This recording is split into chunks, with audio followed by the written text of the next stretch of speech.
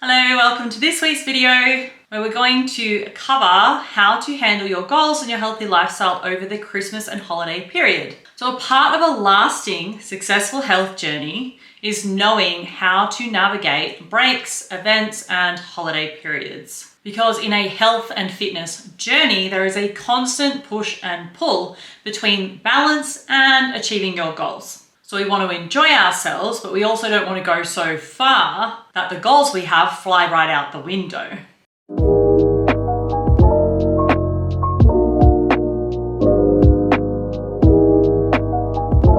Before I continue, let me just highlight that what I share on this channel comes from wisdom, so it sometimes does not make much sense. So I have coached people for many years and I've tried many different approaches to the holiday periods with my clients, and what I'm suggesting in this video is the absolute best chance you have at making the most out of this period and staying on track. So even though maybe it sounds like, oh no, that's actually going to be too easy for me, or oh no, I'm better than that, or something like that, at least take what I say on board and understand that I have tried the whole sure you want to stick to your diet except for Christmas Day thing, and it does not work. So I'm going to suggest to you something different. So in the video, I'm going to start with some general tips. So just people that are on a health and fitness journey, but that don't have a really hardcore, strict goal that they're trying to achieve. And then in the second part of the video, I am going to cover a little bit more of a specific approach for people who are actually going to stick to their nutrition and training regimen over the holiday period. So let's start with the mindset element, as that is the foundational point here. So the biggest thing that I push onto my clients, which you probably are not expecting, is I expect them and encourage them to enjoy the holiday period. And by that I mean, take care of yourself as a number one goal. So know that you don't have to eat crappy food or drink yourself into oblivion in order to do this. And in fact, if you do that, you're going to start 2023 with a very swollen gut and a lot of neuroinflammation, and you're probably not going to be in the best position to set ground running come 2023.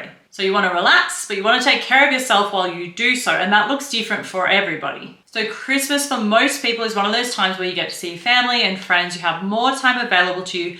And in general, everybody is operating at a slower pace. So it is the perfect time to put your feet up and take a break from your own routine. And remembering that rest is just as important as the action when it comes to achieving health, fitness goals and balance. So first of all, we want to check where your head is at before you start the Christmas period. So ask yourself the following questions. How important are my goals right now? How closely do I have to stick with them in order to reach my goals? So for example, if you are competing in a bodybuilding comp in March or April, you really can't have this period off. You're going to have to keep doing your plan 100%. Maybe on Christmas there's a bit of leeway and you can plan for that, but otherwise you're going to have to be 100%. There is no option here. And for that group of people, I'm going to make a suggestion towards the end of the video in the second part. The second question you want to ask yourself is, where do you want to be at in the new year? Are you hoping to make a change of some kind? How can you approach this period so that you start 2023 where you want to be? Because nobody wants to start the next year with a hangover and feeling like crap if their goal is to improve their health and fitness. And the last question you want to ask yourself is it possible for me to take a break from my rigid routine? So where are you at mentally with that? And we're going to cover that kind of throughout the video as well. So let's go into the general tips that I have around food and exercise for those of you who have health and fitness goals, but are also looking to achieve that balance and don't have a particular deadline for your goals coming up anytime soon. And this is the part that I was saying comes from the conventional wisdom or from having so many clients over the years throughout this period, 12 years in fact. So 12 Christmases, I have navigated multiple clients through this period, and what I'm telling you right now is the best thing that you can do. So every single person tells me, this is without fail, that they are going to stick to their diet and exercise plan 100% except for Christmas Day. And then they'll say, and I'm going to track on Christmas Day. But I've never seen it happen unless there is a competition looming. So if there's something really serious happening, or if it's somebody, say, who doesn't celebrate the Christmas period, because there are some cultures and religions that don't do that, these people tend to be able to stick to the plan, assuming they're not going on holidays. But if you are going on holidays and you do tend to want to celebrate Christmas with your friends and family, then planning to stick to your routine 100% is actually setting you up for failure, because we are habitual creatures. And with the routine out the window, there goes your food and exercise. So what I have learned with my clients is to recommend that they take a break. And this looks different for different people. So for someone who is on, say, a body transformation goal, let's just say they're on a fat loss period at the moment, what I actually do is just bump their calories right back up to maintenance, and I start that a week or two before Christmas. So most of them have already started this process now, and it is the 14th of December. So 10 days before Christmas, they are already on higher calories. And what this does is it helps to bring the body back to a maintenance state so that you don't have heaps of cravings, you don't feel really depleted, you don't need heaps of glycogen come Christmas Day. And that will help you avoid overeating. So if you do, say, a fat loss period all the way until the 24th of December, and then you have free reign of food on the 25th of December, and I'm talking for all human beings here, most of us don't have the discipline to only eat healthy food on Christmas Day because there's like chocolate and chips and lollies and scrap everywhere, right? And on top of that, the general meals that we're going to be eating are going to be much more high calorie. And when you're in a depleted state, you're way more likely to overeat on things that are going to set you way off track.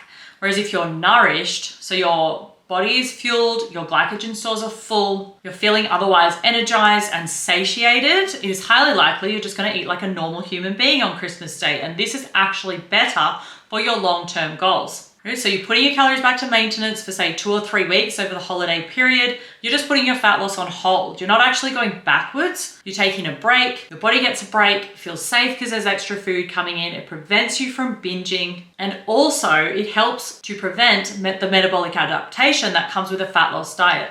So these people, I'm putting them back on maintenance. They enjoy the holiday period. They do the best they can. 9 times out of 10, they don't gain any weight. And then come January or whenever it is that they're ready to go back on the plan, they can just jump straight back into a fat loss plan, and the body is really responsive because it's had that break and you have also had a mental break and you've enjoyed your Christmas period. So you're feeling happy. You're feeling ready to push again. So that's for those people who are on a fat loss phase. This is where the balance comes in. If you feel like you have to track every little bit of your food over a holiday period, you don't have balance. And like I said before, if you had a competition looming, this is different because a competition is the epitome of no balance. Like there is no balance in a competition prep. That's the point. You're pushing your body to an extreme. But for a lifestyle goal, it's learning how to sit back and enjoy, to eat more food, to rest your body, and then to go hard when it is that you actually want to achieve a specific result. So there's that push and pull going on there, and you want to balance that at all times. And then you have on the flip side of that, binge drinking and eating heaps of crap. So that is not balance. So a lot of people will say, oh, I'm drinking throughout the holiday period, I'm going to eat whatever I want, cause balance. That's not balance. You've just flipped right out the other end. So on one side, you've got complete restriction and like a regimented routine. And on the other side, you've got I don't give a crap about my health and well-being. I'm just going to do everything that the average person's doing. These are polar opposites. So you can have a couple of drinks and have a little bit of junk food, but otherwise take care of your goals and your health and keep your long-term perspective present in your mind while you do this. And that is actually what balance is. Throwing the body into a state of excessive inflammation isn't balance. Okay, so that's the food side of things. So go back up to maintenance calories, enjoy your food, do not track on Christmas Day, try and enjoy yourself and prepare your body for the new year. Because as we all know, from January onwards, things get a lot harder and we have less opportunity to have a break. Everybody's getting back into it. It's harder to put your feet up and relax. So take advantage of this time. And the next recommendation is regarding the exercise side of things. So one of the next things that everybody always says is, oh, I'm going to Cairns and I have found a gym and I'm going to go to the gym every day. This is okay for some people, but if you have children and a husband who's not into the gym and this kind of thing, planning to go to the gym when you're on holidays is actually not very realistic either, and I rarely actually see it play out. People might get there on the first day or the second day and then it just goes out the window. And what you're actually doing while you're on holidays is like you're going for walks more, you're swimming with the kids, you're playing with the kids, you're doing a lot more active stuff. Your lifestyle is overall more active. So you can treat this period as a chance to actually rest your nervous system. So when you weight train, you're putting your nervous system under a lot of stress. And as women, and another thing that comes from coaching so many women for so many years, it is actually really hard to get a female to take a break from training because we tend to associate taking a break with going backwards and not making progress. But if you're on holidays, this is the perfect opportunity to take a break. Rest your nervous system. Give your muscles a chance to completely recover. You're nourishing yourself with all that extra food. You're having a good time with your family. You've taken the pressure off yourself. You're probably going to sleep better, and then again, you're completely reset come the end of the holiday period to just jump back into your normal routine. And you can't lose muscle in a week of no training, nor can you gain fat if you're eating around maintenance calories. It's not possible. The body doesn't work like that. You might feel like you're putting on fat because you're eating more and you're doing less routine, but I can guarantee you, people check in and they go, oh, I thought I gained weight and I didn't. Because our routine has changed, we feel different in our bodies, especially if we're eating more treats than usual. But 99% of the time, there is no weight gain, there is no backward progress, only forward progress because you've actually taken a break and you're emotionally reset and ready to go when the holiday is over. Okay, so take a rest from the gym, not only because it's good for your muscles and your nervous system, but also because it's good for your soul. So you might be getting a picture of the common theme here, that is balance. So you should always take a break on holidays, enjoy yourself as much as you can, because balance is about resting your nervous system as well as pushing it. So that's the first part of the video, my recommendations for people with general health and fitness or body recomposition goals. So now let's get on to the more specific tips for those of you who do actually want to be and are in a position to succeed at tracking and being structured over Christmas time. And we're specifically going to focus on Christmas Day because this is assuming that you are actually in a position where you can go to the gym every day, you're still at home, your routine is normal, you have access to food that you can prep and weigh like normal. Okay, so if none of these things are available, revert back to part 1 where I said that you should just take a break. But in the condition that everything is actually normal and you can control all of it like you normally could, this is my recommendation for Christmas Day. So in deciding how to approach it, there's a couple of things you want to consider, and that is your hunger hormones, your blood sugar, and your overall goals. We've already established that your goal is to be 100% because you have a deadline that is looming and you can't afford to take a break over this period. So chuck that one aside, and now we're just going to look at your blood sugar and your hunger hormones. And the way that we're going to approach the day is considering those two things so that we can leverage them in your favor and help you stay on track as best as possible. So the most popular or most common situation on Christmas Day is a lunch, and this is ideal. It is like the best possible scenario that you can have if you want to have a flexible day on Christmas but still stay aligned with your goals. And what you want to do is you want to start the day with a very high protein, high fiber breakfast. So this might seem very weird, but something like a 250 or 300 gram steak or some beef mince or something like that with a whole ton of veggies or a salad is your best bet here. And the reason for this is it's not going to spike your blood sugar and start you on some cravings, and it's also going to fill you up so much that when you get to lunch, you're actually not hungry. And this is actually what you want. So you want to get to the lunch not famished, because as soon as you arrive, there's the biscuits and the chips and the lollies and the cake and whatever else there is that your family does. But all these really tempting, brightly colored, freshly cooked treats. And if you've been in the health and fitness game for a while, you would know that these are going to derail your calorie goals very quickly. A couple of biscuits is like 500 or 600 calories. So you want to avoid them altogether. But you also don't want to feel like you're suffering. So if you arrive there with a belly full of steak, you're actually not going to want them. And a body that is healthy is not going to have unnecessary cravings for that kind of thing. So you set yourself up for success with a very huge high protein breakfast. Then you're going to be that hungry when it comes to lunch. And then when it does come to lunch, 9 times out of 10, and I'm obviously speaking very generally here, I can't cover off every single type of Christmas Day scenario, but it's probably going to be veggies, salad, and meat and potatoes or something like that, right? When we're talking about the proper food, the healthy part of the food. And you just want to load up on that. So don't bother tracking it because, for example, if there's a potato salad or a rice salad or a pasta salad, something like that, you're not going to actually be able to track it. If there's garlic bread, it's going to be hard to track. You don't know how much butter's on that. You're not going to be able to track the roast because you don't know how much fat's in it. So I always recommend everybody just eat a whole plate of food, of the vegetables, the salad, and the meat. Add the gravy. Just do whatever it is you want to do. Eat until you're full, and then that's it. You can have some dessert if you want, but most of the time if you are full, you're actually not going to want the dessert. You might just want to have a taste of it. And then, assuming you finish eating probably by about 2 o'clock, maybe 3 o'clock, you don't actually have to have dinner. So now you can actually listen to your body.